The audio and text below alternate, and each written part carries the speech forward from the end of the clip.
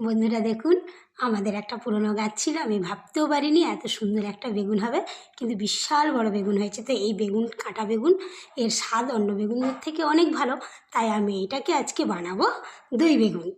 দেখুন বন্ধুরা, বেগুনটা কি সুন্দর, এত বড় বেগুন। ভেবেছিলাম হয়তো ভেতরে অনেক দানা বেরোবে, কিন্তু না, একদম কচি।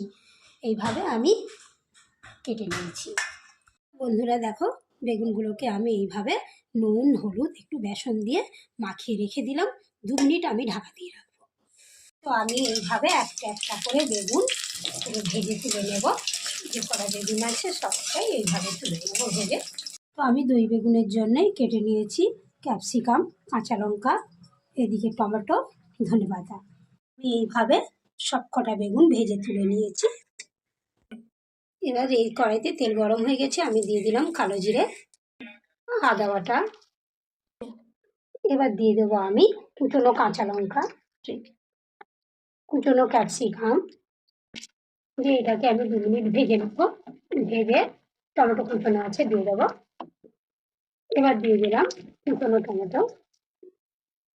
আমি দিয়ে দেবো ধনেপাতা কুচনো, দিয়ে দেবো পরিমাণ মতো নুন, পরিমাণ মতো চিনি, দিয়ে দেবো পরিমাণ মতো হলুদ গুঁড়ো, দিয়ে দেবো ভাজা মশলার গুঁড়ো, যেটা দিয়ে জিরে, ধনে, মেথি সব কিছু আমি একসাথে গুঁড়ো করে রেখেছি, গরম মশলা সেটাও দিয়ে দিলাম।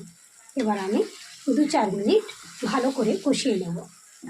মশলা কষানো হয়ে গেছে, মশলা থেকে তেলও ছেড়ে গেছে। এবার আমি দিয়ে দেবো টক দই, সুন্দর করে আমি ফেটিয়ে রেখেছি। দিয়ে দেবো গোলমরিচের গুঁড়ো, এবার শাহি গরম মশলার গুঁড়ো। আমি 1 মিনিট নেড়ে নিলাম। এবার দিয়ে দেবো ভেজে রাখা বেগুন।